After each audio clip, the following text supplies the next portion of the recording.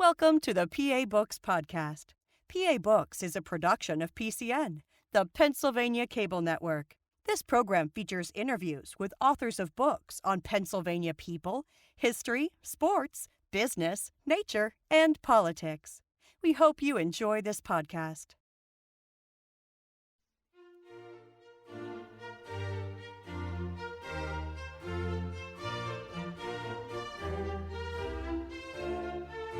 This week on PA Books, the author of High Society, Donald Spoto. Donald Spoto, author of High Society, The Life of Grace Kelly. You interviewed Grace Kelly apparently quite a few times for this book. Why'd you wait so long to write it? It was a great pleasure to know Grace. I was preparing the manuscript of my very first book, which was a critical appreciation of all of Alfred Hitchcock's films. And I felt it would be important to talk to a few of the most important actors and associates and writers of Hitchcock.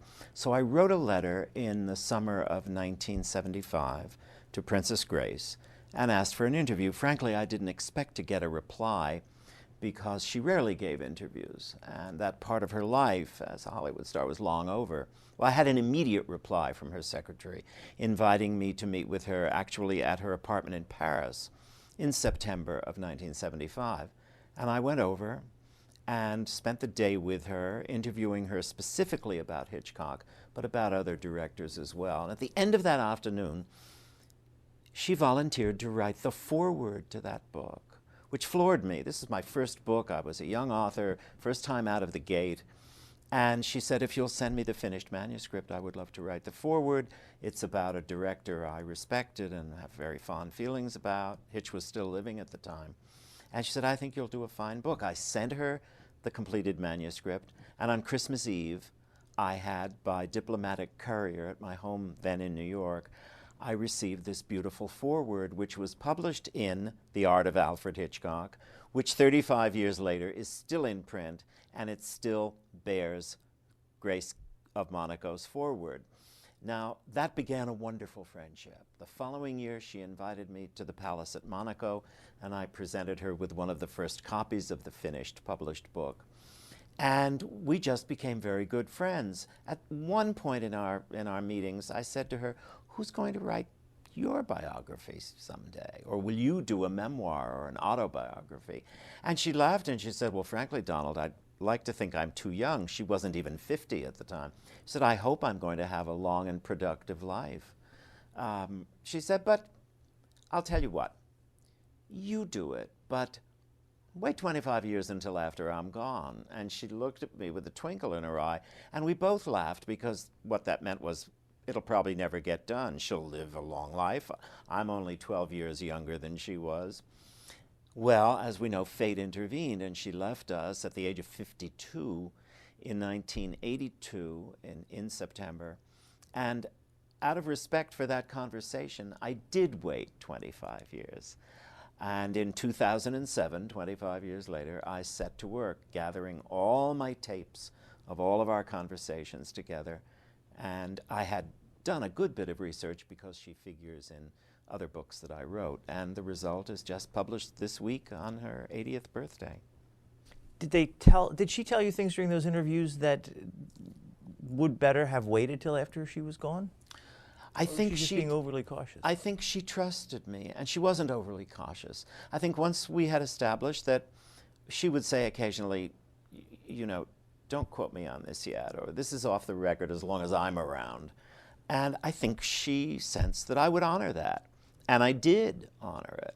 She spoke very frankly about her background, her years in Philadelphia, her time in New York as a model, her years in Hollywood as an actress, and her life as a wife and mother. She was enormously trusting and enormously forthcoming with me. Was she like that with other people who were interviewing her? I don't know, because I didn't speak to other people to whom she granted interviews. She was, of course, very guarded with people.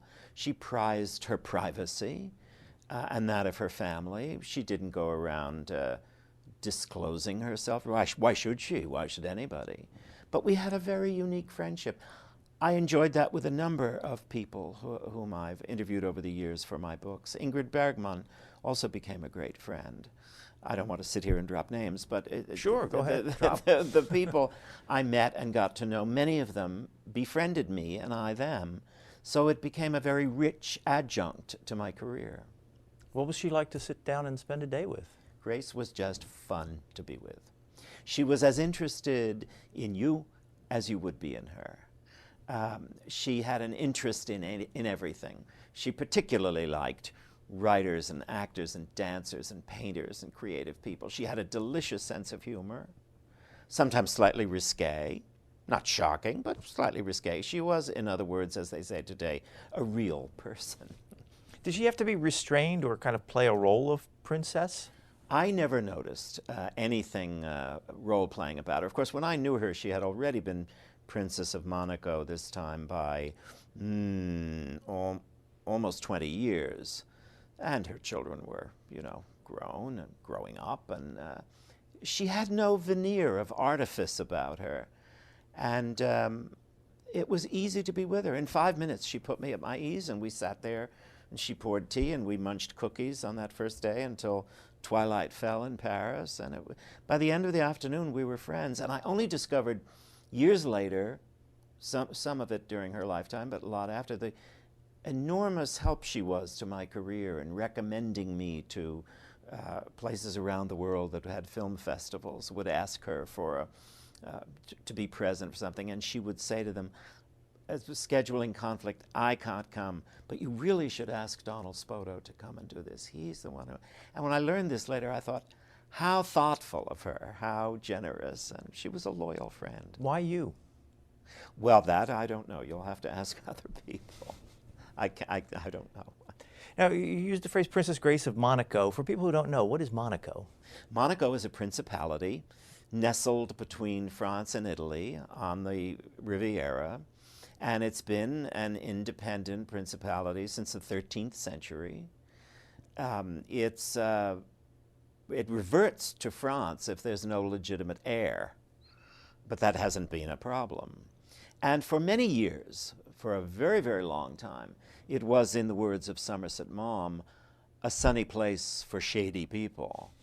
Notoriously corrupt, money laundering, international crime figures, all that kind of thing. When Grace married Regnier, it was in trouble. Together, they changed it. They made it attractive for ordinary tourists. Grace opened new clinics for children and for old people, a ballet company, theatrical companies. She revived the Monaco Opera. She made a difference, is what I'm saying. And today Monaco thrives, thanks to Grace and Regnier. How many people? What's the population? Well, the population is the population of a small city. The actual Monegasque citizens, it's about 30,000. But then there are people who come in from France and Italy to work there. So. But you say in the book that as she was princess, she would just walk around and go to restaurants and people could walk up to her on the streets? Absolutely. Grace insisted, and it took a while. Her first years as a princess were enormously difficult for her. Why? Well, she had left her country, her home, her family, her friends, her language, her career, and suddenly she was pitchforked into a very strange, unfamiliar place where the traditions of court were antique and in many places absurd, where Ladies all had to wear hats. Ladies all had to wear hats. The traditions of court, the courtiers and the palace staff were not remotely friendly to her. She would say, for example, oh, we're having a few friends in for dinner tomorrow night. I would like to have flowers here and flowers there. And the majordomo would say, we don't do that here. It took her about 5 years to be able then to say, from now on, that's what we do. So it was not a happy time. It was a very, very difficult adjustment.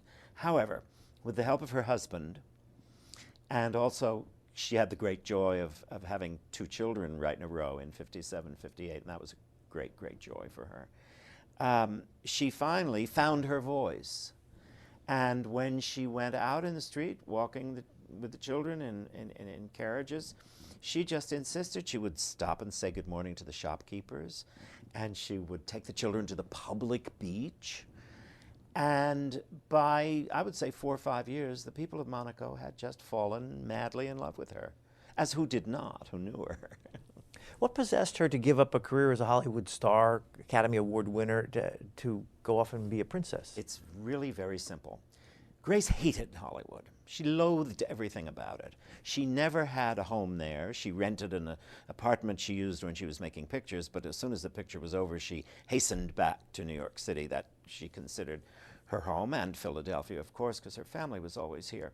But after making 11 films in 4.5 years, and finding Hollywood a very depressing place, and always having as her prime goal, I want to be a wife and mother, she was introduced to Regnier quite accidentally, and this was the man of her dreams. And she, after, at the age of 26, she married him, and it so happened that titles came along with it, but she married him because she fell in love with him. It's that simple.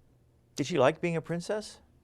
Well, most of the tasks and duties and demands of that life of a minor aristocratic royal, it's very tiresome, shaking hands and pretending to be interested in boring diplomats from all over the world. She was such a dutiful woman.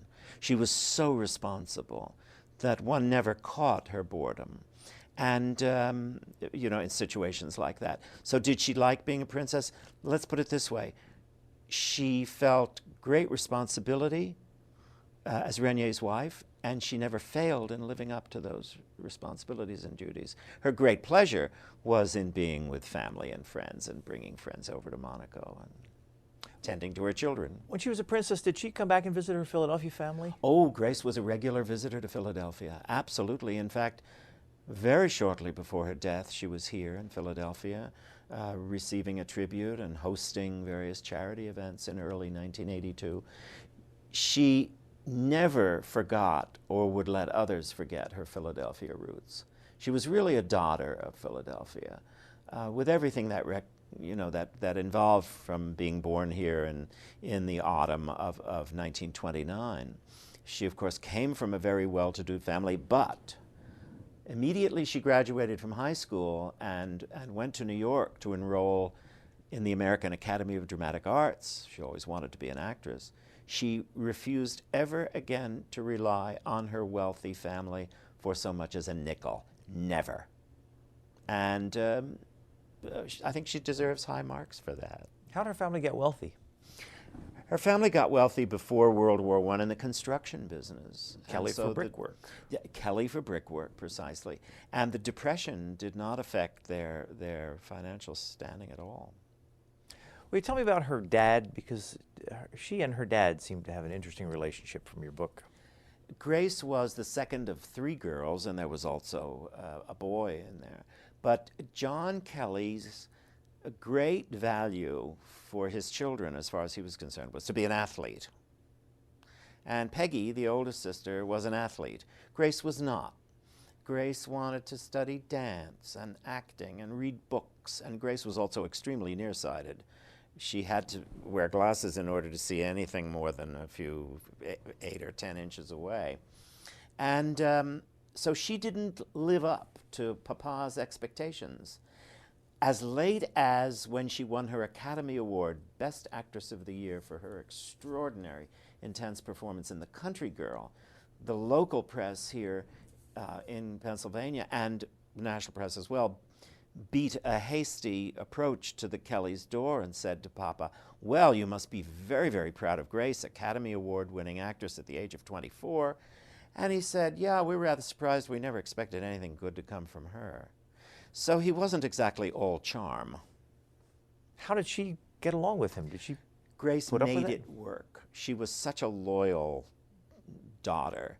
She made it work. She ignored the unpleasantness and tried to always speak well of her family. Late in his life, he begrudgingly had to develop respect for her, and that's the way the relationship went. I want to read this. Grace's father, when he met Prince Regnier before they were married, he said bluntly, "Royalty doesn't mean anything to us. I hope you won't run around the way some princes do, because if you do, you'll lose a mighty fine girl." Yes, as I say, he wasn't all charming. I mean, imagine speaking this way to someone you've just met, you know, I mean. So the initial meetings of Regnier and Grace's family were not easy, especially since Mama, Grace's mother, you know, turned to the TV cameras that first day at the Christmas time of 1955 and said, "I just can't imagine my daughter marrying the Prince of Morocco. I can't see Gracie on a camel riding in the desert." And Peggy and Lizanne, the sisters, were there and said, no, Mother, it's Monaco. It's Monaco. That's in Europe. But still, she'd have to wear all those heavy clothes in the desert, and she just didn't get it for a while. Did Mom and Dad go to visit her in Monaco? Once They went occasionally. Mostly Grace came to visit them here. But they came over there. Of course, they were there for the wedding in April of 1956.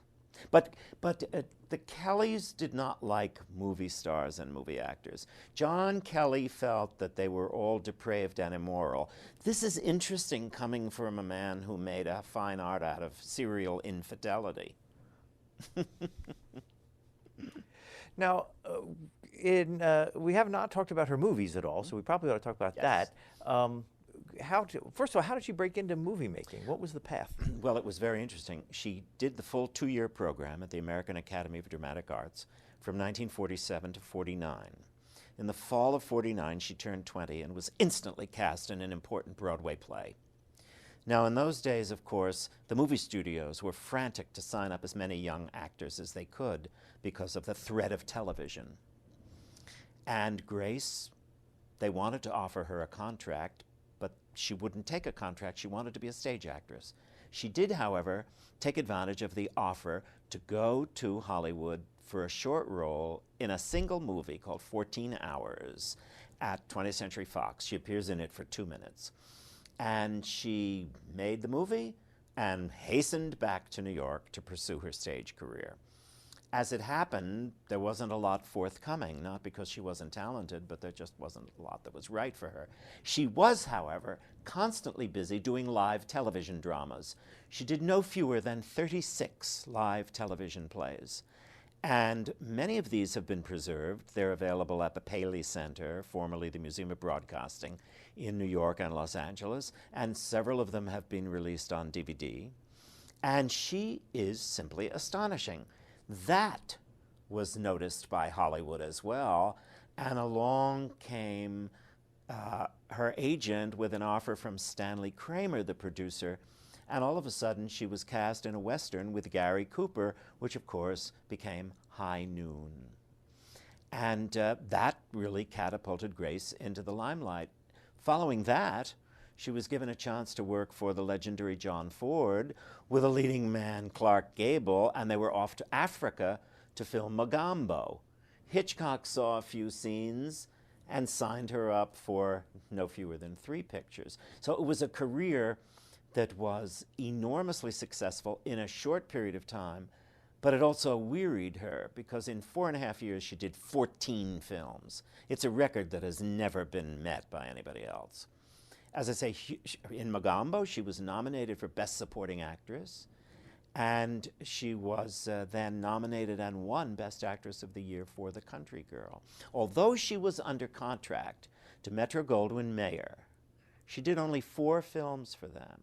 They kept saying, "We don't know what to do with Grace Kelly. How do you cast her? Well, she's pretty, but what are we going to do with her?" So they loaned her out to other studios, making a fortune in the process. You quote a director, George Radoff, as saying, "I was in the 2 category for a very long." Oh, Grace recalled, "I was in the 2 category for a very long time. I was too tall, too leggy, too chinny. I remember Mr. Radoff, the director, kept yelling, 'She's perfect. What I love about this girl is she's not pretty.'" Amazing, isn't it? Gregory Radoff was a Russian immigrant, actor and director and producer, and yes, and she quoted that to me. You know, Grace said, "Well, it was very refreshing because Mr. Radoff really didn't think I was pretty," and she said, "I didn't either. I was trying to get by on my talent," and I remember saying to her, "Grace, you already had a hugely successful career as a model before you went to Hollywood. They didn't choose you as a model because you were eccentric looking or an old crone." But she didn't see that. She saw. But Radoff was funny. Yes, he wanted her because she wasn't pretty. Who can tell? What kind of modeling did she do? She did every kind of modeling you can mention. She started with print ads. She did television commercials, in the days of black and white TV commercials. She was sent to Paris to do fashion modeling. She was one of the highest paid models in New York by 1950. She was earning $4,000 a week, which is in 1950 was a huge amount of money. I mean, who would turn it down today? But it was a huge amount of money. When she went to Hollywood, she earned a great deal less than that. For most of her career, she was earning $750 to $1,000 a week. And but it's what she wanted to do. She didn't want to. She was very, very, very intelligent about this. She realized that a model's days are numbered. Not only do they get tired of the same faces, but by the time you're 28 or 30, you're considered too old to model. And she didn't want to just keep on doing this anyway. Her life sounds too good to be true. I mean, it sounds like a charmed life. Growing up rich, going off to being a successful model and actress. What did she have? Did she have connections? Did she know people? What She had no connections through her family at all. And in fact, it was anything but a charmed life. Grace said to me one day, and I use it as a full-page epigraph right up front in my book, "The idea of my life as a fairy tale is itself a fairy tale." Let's start with her childhood and effective rejection by her father, who favored the others. And of course the boy, John Jr., Jack Kelly, was the apple of his father's eye and got ruined by his father's eye because he could never do well enough in the international sport of sculling, you know, rowing, although they were both Olympic medalists. So her early years were indifferent. Her years in Hollywood were, for the most part, happy and successful, but she hated the place. As she said to me, I saw only alcoholics and people with breakdown, people afraid they wouldn't have success and afraid they'd lose it if they got it. She said it was a dysfunctional society, and I didn't want to make my home and my career there. In addition to that, being absolutely beautiful, fun-loving, she fell in love frequently. But each of these relationships, not that there were dozens, they were not contrary to unscrupulous writers, they were disappointing. She found actors and young American men immature and disappointing. And when they didn't drink too much, two of her suitors were confirmed alcoholics, and she found out in short order that love wasn't about to reform them. She was always essentially attracted to older, more clever, more experienced, well-educated European men like Jean-Pierre Aumont, the actor, and of course the great Oleg Cassini, the designer. They were engaged for a year. But when it became clear that he didn't intend to give up his other girlfriends after they were married, that cooled her passion. So, and then she married, and as I mentioned before, those early years in Monaco were not easy. After the birth of her first two children, she suffered a series of miscarriages that pitched her into a dark and grim depression each time. So it wasn't a charmed life. It wasn't. And she also had, as she and I discussed, and I elaborate this throughout the book, she had that sense of, shall we call it, a dark Irish Catholic sensibility. She suspected the world. She had trouble with the world. She relied on God, but she was very cautious about the world. And that gave her life, of course, a great gravity and a great grounding and focus. Grace never spoke about it casually and never made an extravaganza about it. But she was a very devout woman. She was, religiously, she was a very devout woman. She took her faith very seriously. Was she happy when in the end as princess? Are we? I mean, happiness, I think, is a mood that shifts with the weather and the day. I think that, in fact, she was asked that herself in a long interview with Playboy magazine in the early 70s it was. And they said, "Are you happy?" And she said, "Happy?" She said, I think I'm grateful for having the opportunity to do the work I do and for having my children and my husband. But the older you get, I think if you're living appropriately and seriously, there's a certain serenity that helps to ground you rather than the mood of always looking to be made happy. Grace never looked to material goods or material security for happiness. She had always had that and realized that a true life is based on something else. I have to ask you about a movie that she made late in life that has never been seen by anybody. Can you, what is it? Yes, indeed. I never knew about this until I was doing my research, but the year before she died, and up until a few months before, Grace decided to return to films with the encouragement of her husband. And her friend Jacqueline Monsigny, the French writer, said to Grace, well, let's write a script and do a production. The short of it is that they put together a film, a comedy, a hilarious comedy, in which Grace plays herself as the Princess of Monaco in that time of the year when she sponsors an international flower show. And the film is called Rearranged, so it's got several levels of meaning.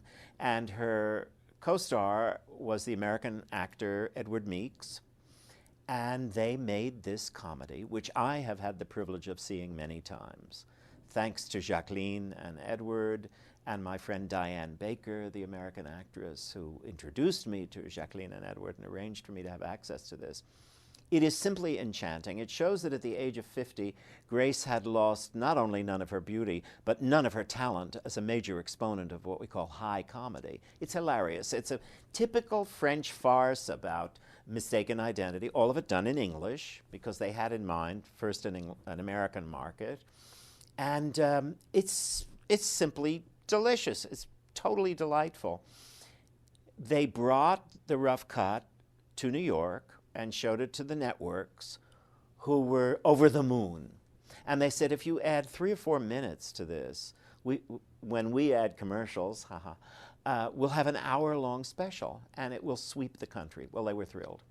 They went back to Monaco, and this was in May, and they agreed after the summer hiatus, and they'd be working on some thoughts during the summer, and in the fall they would get together and do the few final scenes. Well, the few final scenes were never shot because Grace was taken from us in September of 1982. However, in its present form, it certainly is viewable. It has a beginning, a middle, and end, and the few scenes they wanted to do, it can do without. However, when she died, Prince Rainier was so devastated by this, he was so pitched into grief, that he put the master negative in the archives down in the basement of Monaco, and there it sits. Now, of course, Rainier died several years ago, and the children have been approached. The fact is, they're not remotely interested in seeing this or in releasing it. Their attitude is, yeah, well, we've heard enough about Mother. So there it sits, and we'll probably never see it, and I think it's a darn shame. How did you manage to see it? I saw it through the good offices of the woman who wrote and produced it, who has a cassette. And I've seen it several times in California and in Paris. And each time I see it and sit with them and study it and respond to it, it's simply hilarious. Are there bootlegs floating around? No. No. Well, we should talk about other movies of hers that people can see. You mentioned High Noon. It was her first Hollywood experience. How'd she do? Well, Grace said to me, it was actually her second after those few scenes in the thriller 14 Hours, and then she found herself Gary Cooper's leading lady. How did she do? She said to me that when she saw the finished film in a screening at United Artists, she jumped up and fled and said, if this girl, her exact words to me, if this girl doesn't do something quickly and get serious, more dramatic, more drama lessons, she wouldn't even have a career. She jumped on the plane, went back to New York, and studied seriously for 2 seasons with the great Sandy Meisner at the Neighborhood Playhouse School of the Theater in New York. She took her career very seriously. Now, when you look at High Noon today, some people would say, well, it's a little awkward and she's not convincing.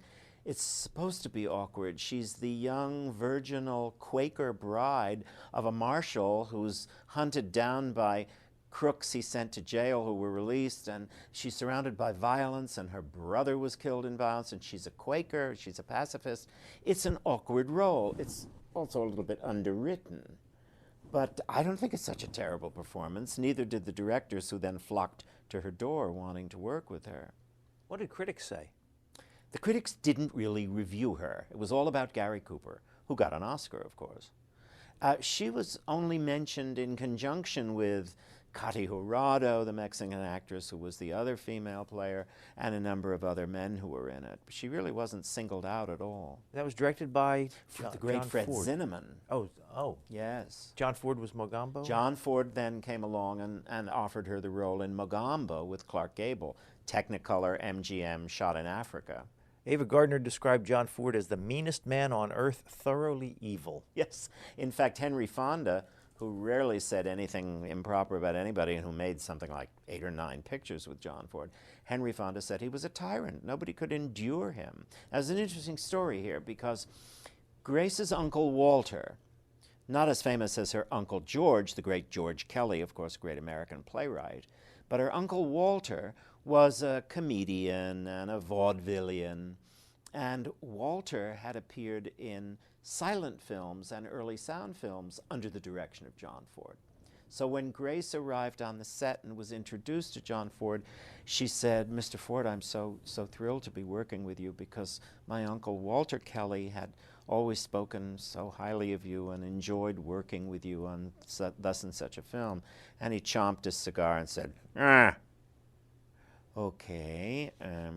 Then she told me the story about a moment during filming Mogambo when she was off on her own and not needing. She was reading the script and rehearsing her lines, going over her lines and figuring out how to move. And he called her and said, "Kelly, what the hell are you doing?" And she said, "Oh, Mr. Ford, I'm just having a look at my script before we shoot in a few minutes." "Come over here." He grabbed the script from her hands, tore it into shreds, and said, "We're not filming a script, we're filming a movie." So, I mean, you know, he really wasn't the easiest chap to work for. Well, how did she react to that? You almost picture somebody who would want to be a Hollywood star as having an oversized ego to start out with. Grace had no oversized ego to start with. She didn't have a high opinion of herself. She was always thrilled, and in that picture, she was nominated for Best Supporting Actress of the Year. Even years after she retired, Grace said, I don't think my career is anything remarkable. I was so young, so inexperienced. She said, I can remember filming The Country Girl and thinking, I could do better 5 years from now. Well, 5 years later, after she'd retired from the screen, she told me that she said to herself, I think after I've been married 10 years, I could do better. She always saw there was room for improvement, and it's a very nice quality. Was it sort of expected that she would retire from the movies when she became a princess? Grace did not at all expect that when she retired it would mean the end of her career. She certainly knew that it would mean moving over to Monaco and being a wife and mother and getting to know her duties, and she wanted to raise her children. But she fully expected that when that was done, that she would go back and fulfill her contractual obligations for 1 or 2 more pictures for Metro-Goldwyn-Mayer. Well, by the time that happened, say 10 years after her marriage, by the mid-60s, they weren't making Grace Kelly films. Same thing happened to Audrey Hepburn. They weren't making Audrey Hepburn and Grace Kelly films. They were making Who's Afraid of Virginia Woolf, The Graduate, Bonnie and Clyde, The Wild Bunch, The Dirty Dozen. There was a sea change in the quality and type and genres of movies. There was no place for her. Well, let's talk about some of the movies that go back to some of her movies. First of all, you wrote a book about Alfred Hitchcock that you mentioned earlier. How did she get connected to Alfred Hitchcock? Well, Hitch saw, as he told me in great detail, Hitch saw a few short black and white excerpts from High Noon and recognized whatever he needed to recognize and realized that this very pretty, untutored, but obviously talented young lady would be perfect for him. They did 3 pictures together, of course, Dial M for Murder, Rear Window, and To Catch a Thief. And she was really his muse. Grace was poised. She was a quick study. She took direction eagerly and obediently. She wore clothes magnificently, having been a model. She was just a dream. And Hitch adored her. Everybody adored working with her. And those 3 films remain 3 of her finest achievements. And it was a great working relationship. But again, she found her own voice. She wasn't just a slavey. Now, you use the phrase ice maiden, that she had this image as an ice maiden, and that Alfred Hitchcock liked to have a woman lead who was an ice maiden. What does that mean? And well, Hitch invented the phrase ice maiden, and it bears no resemblance to the truth. Nobody was less icy than Grace. What Hitchcock liked throughout, as this started in his career in the 20s, was a beautiful, attractive, especially blondes, because they photographed better against dark backgrounds, a cool, poised, elegant manner, and he could then surprise the audience by revealing that they were very passionate, and so he could put them in love scenes. So this was part of his mechanism in presenting actors in stories. There were things were unexpected. And Grace, particularly in Rear Window and To Catch a Thief, was simply gorgeous and acted beautifully and did her love scenes very credibly. So it was a perfect conjunction of director and actress. What was so special about Alfred Hitchcock? Well, Hitchcock, in my estimation, I've written 3 books about him. Hitchcock was a genius, arguably the greatest director in the history of Hollywood. And he made films expeditiously. He worked brilliantly with actors and crew. He wasn't a backslapper. He didn't have fun with them. He kept a very professional atmosphere on the set and expected others to act professionally and to be on time and to know their lines. And if they didn't, they got fired. And Grace was terrific because she was also very serious about her career. I knew Alfred Hitchcock very well in the last 7 years of his life. I spent a great deal of time with him. I was with him when he made what turned out to be his last picture, Family Plot. And my first book, The Art of Alfred Hitchcock, to which Grace contributed the foreword, was published when Hitch was still living, and he gave a huge celebration and made a television tape for it. And of course, that helped my career considerably. After Hitch died, I was offered the opportunity to write his biography, which I did, Dark Side of Genius, and that's still in print after 26 years. And then last year, I published a book, because I'd been asked many, many things over the years, specifically about Hitchcock and his leading ladies. So last year I published Spellbound by Beauty, Alfred Hitchcock and His Leading Ladies. And I was able to use material that I'd gathered over many decades from people that wasn't immediately relevant to the biography, or people had asked me, wait until I'm gone to use this, please. And I've always honored requests like that. Now, Alfred Hitchcock directed movies that were written by a lot of different people, a lot of different types of movies. What is it that he brought to the film that made it an Alfred Hitchcock movie? And you really think of those as Alfred Hitchcock movies and not as the movies of the people who wrote them. I think the Hitchcock trademark is that these were movies made by adults, with adults, and for an adult audience. It's very difficult to find such products today. They were really, all of Hitchcock's films are variations on the romance. Even Psycho is a romance. It's about a man who goes off the track in a demented love for his mother. It's about a woman who is led to grand larceny, believing that a sudden flow of cash will enable her and her lover to get married and move away and live happily ever after. All of the Hitchcock films are variations on the romance. Love lost, love derailed, love sought in the wrong place, love betrayed. And I think that's why, 30 years after Hitch's death now, just about 30 years, his films are still shown all over the world to audiences in wildly different cultures, and they still touch people because they're human stories. Now, if people were working for Hitchcock and he was directing them, did he tell them exactly how to do it, or did he give them a lot of latitude? depending on the actor or actress, he would give latitude. He wanted to see what little bits of business they had thought of when they would do a rehearsal before a take. But generally, everything was in the script. As Ingrid Bergman told me, you know, you come to a Hitchcock movie and everything is in the script. What you're going to wear, where you're going to move, what your accessories will be, what color the wall will be painted, what the decor will be composed of.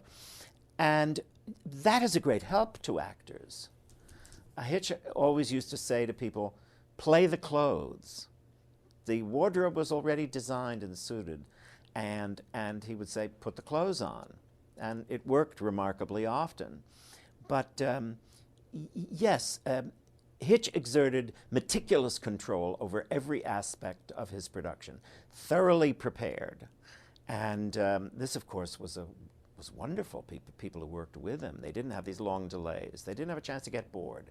He brought things in under budget and on time, so he became the darling of producers and the studios. And he made a fortune. Although you say in here that during To Catch a Thief, Hitch told us to improvise some of our dialogue, and you talk about how she and Cary Grant were making up some of the lines. Yes. Is that unusual? That's very unusual. He trusted Grant. It was his third of 4 films with Cary Grant. It was his third film with Grace. And he and the writer had a little trouble with this particular scene in, it's supposed to take place in the waters off Cannes. It's really a studio tank, of course. And he said, well, let's just try a few things, you know. And Cary and Grace had known each other and were getting on famously during the picture. So they prepared over the previous weekend. They sort of sorted things out and had fun with the dialogue. And they got together and Hitch said, well, what have you got for me? And they ran through it, and he was just thrilled. He was over the moon about this. And they had fun doing it. And I quote that whole scene in the book, in fact. Was she good at comedy? Grace was arguably our finest exponent of high comedy since the young Katharine Hepburn. If you look at Rear Window, To Catch a Thief, The Swan, and particularly her last film, which gave me the idea for my book, High Society, you find a woman of extraordinary comedic gifts. In High Society, she has a number of sequences no one could do better. She is drunk at the engagement party or the night before her wedding. The next morning, her hangover scene is done to perfection. The early scenes, she is just right on target. Nothing is overplayed. The wonderful thing about Grace in her films is when she smiles, I defy anybody not to smile with her. That smile just lit up a room. And High Society is just a great, great joy to watch. I mean, it's an extraordinary performance. How'd she learn to do that? I think she was a talent. I think one is born for the finest aspects of the acting talent cannot be taught. You can be taught technique, you can be taught voice, you can be taught when little bits of business should be used and when not. You cannot be taught how to tap into essentially an innate sensibility about how a character would behave. And Grace was just a terrifically fine actress. Fact of the matter is that I think particularly in this country, people have the idea that if you're very pretty and very successful, you can't possibly be a good actress. You have to be an eccentric or a character player to be good. Grace was everything, really. Now, you have written quite a few books about movie stars, and other show business people: Laurence Olivier, Tennessee Williams, Marilyn Monroe, Elizabeth Taylor, James Dean, Ingrid Bergman, Francis of Assisi. Yes? But sticking with the Hollywood ones, what is your impression of Hollywood? We talked about Grace Kelly's impression. I share her low regard for Hollywood. Even in its golden age, when it produced accidentally a number of fine products, it's never had a high regard for people. It uses people, it chews them and spits them out. It's a place where the greatest value is blind greed and ambition. It exploits people's neuroses, And I think it takes a very special kind of moral courage for people to survive Hollywood. We've all known people who were destroyed by it, who were exploited by it, but we've also known a few who survived it, mostly by insisting on having private lives apart from Hollywood. Grace hated it. What's the attraction to you that would make you want to write so many books about it? I'm really interested in creative people. And I'm interested in how really gifted creative people interact with a larger world. So Hollywood is such a furnace, it's such a fulcrum, it's such a testing ground of how you will achieve a real life and establish good relations and you know, be a loving partner, spouse, friend, mother, that this is the place where you have a chance to make it or not in the more important things of life. Also, I'm almost 70, and I grew up going to the movies on Saturday before television, you know, took over. So I had a chance to see great actors on the screen from the age of 5. And you can imagine then when I became a university professor and took my doctorate and taught university for many years before I became a writer. And it gave me a certain respect for serious research. And I've always had a motto, especially as a biographer. The biographer is obliged to tell the truth, even if it means saying something good about somebody.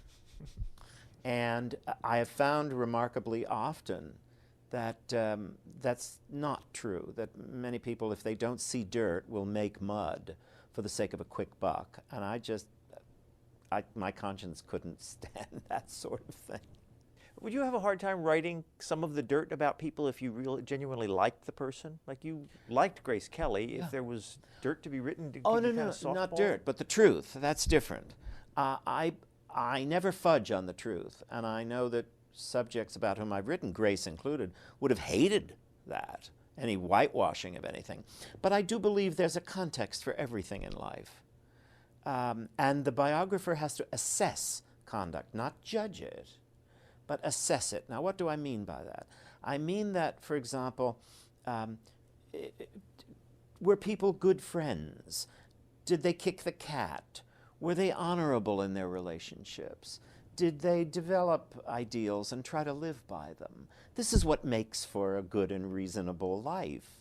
And that's what's worth exploring. I don't think you have to provide a laundry list of everything they ate at every meal and how often they went out to eat and how often. I mean, this is just plain boring.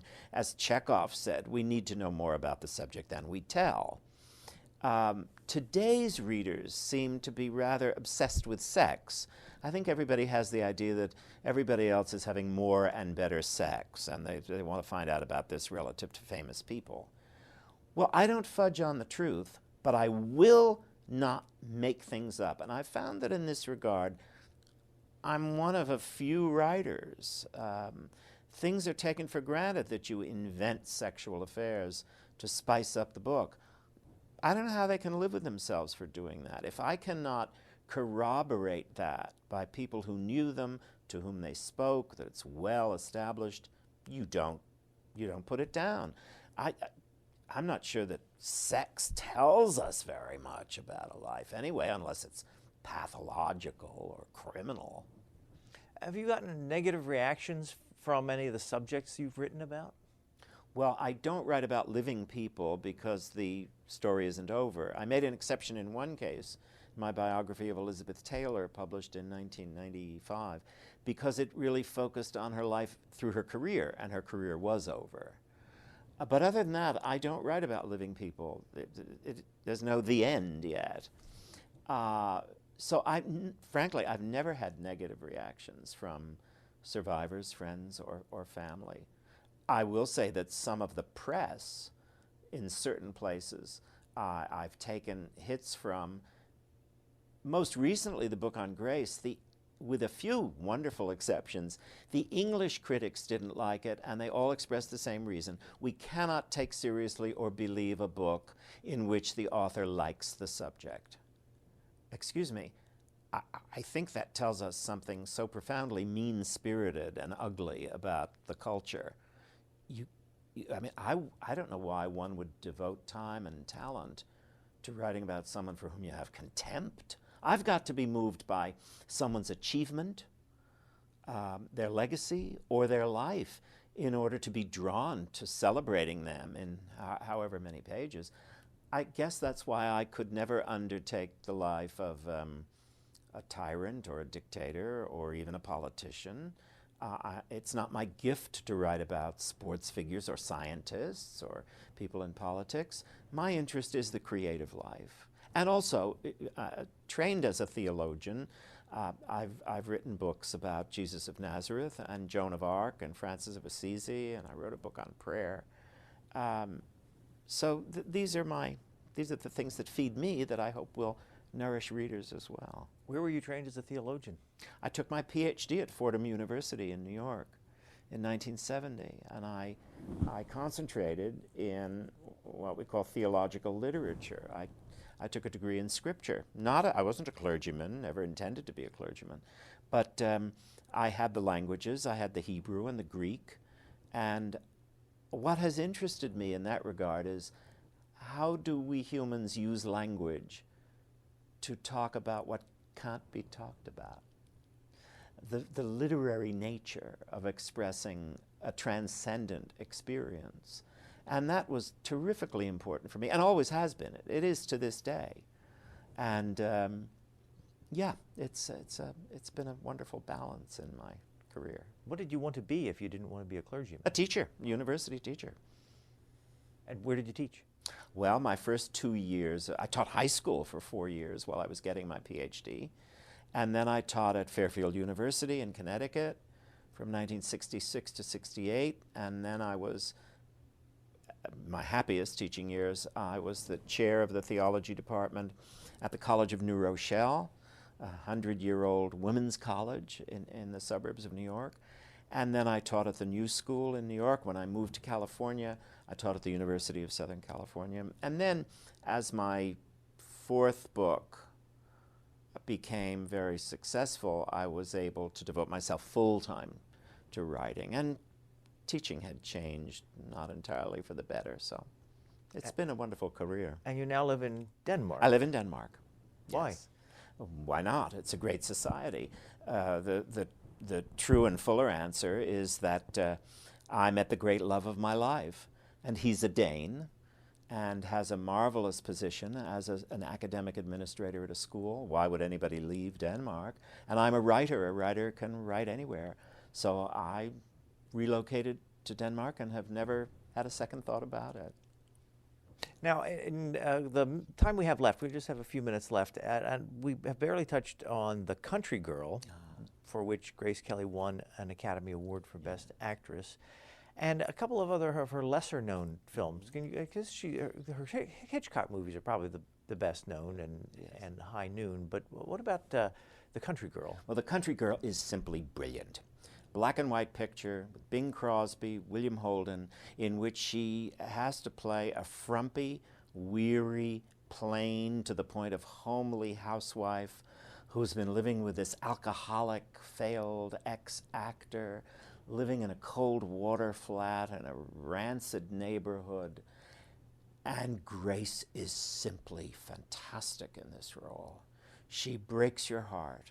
And it's not surprising that she won the Academy Award because all her films are available on DVD, and our viewers can easily get them and see for themselves how remarkable she is. Also, I want to mention a picture, her penultimate film called The Swan, based on a play by Franz Molnar, set at the beginning of the 20th century. An amazing film. She's not just beautiful, she's poignant and funny. And watch her fencing scene with Louis Jourdan. It's simply remarkable. And of course, her last picture, released picture, High Society, it reveals that she was not just a pretty face. She was an extraordinary talent, and I don't think was anybody like her. And there was a movie, Green Fire, which was not a success, apparently. Green Fire is something Grace used to laugh about when we talked. It's so bad. And I was fortunate enough to interview her co-star, John Erickson, And it's so bad. It was so badly written, so badly produced. It's set in South America. They had a terrible time shooting scenes there. It's a bore. I mean, people can see for themselves. She looks great. She tried to make it work. Nobody could make it work. It was just bad. If someone is watching this and they have never seen a Grace Kelly movie, which one should they start with? Well, it depends, I suppose, on which genre they like most of all. I think they could do no better than watching High Society and The Country Girl and Rear Window with James Stewart, the Hitchcock comedy thriller. I mean, these you can watch again and again and again and again and be highly entertained and very moved by these performances, too. And if someone has never seen an Alfred Hitchcock movie, which movie should they start with? Oh, I suppose Rear Window is a great place to start. How many books have you written? 25. This is number 25. What are you working on next? Well, I just submitted the manuscript for number 26, a rather large manuscript, in fact. But once again, I felt there was something more, many things more important and truthful to say. It's a big biography which will be called Possessed, The Life of Joan Crawford. Now, is she somebody you said you don't, why would you write about somebody you don't like? Do you like her? I didn't dislike her. When I was 11 years old, I saw her film Sudden Fear, and I wrote a letter. I was a brazen little kid. I used to write letters to Walt Disney and Loretta Young, and I wrote a letter to Joan Crawford, and I said how much I liked her picture, and my mother said to me, "Don't expect a reply." Well, I had a reply, and later learned that Joan Crawford was famous for answering virtually every fan letter that came her way. And I wrote that I was 11 years old and I thought her performance in Sudden Fear was wonderful, and that I even read the novel on which it was based by Edna Sherry, which I did. I was in 6th grade. And I had this reply from Joan Crawford, which I've saved to this day. And thank you for writing. And I don't get many letters from 11-year-old boys who read the novels as well as Anna. And she said, I hope it's a successful movie, and I think Mr. Jack Palance will have an interesting career, and it was fun working in San Francisco, and please stay in touch. I hope we meet one day, your friend Joan Crawford. So from my preteen years, I thought she was an actress to take seriously. And then, over the years, so much rubbish has been published about her. And again, I've waited and waited for all that to, and now's the time.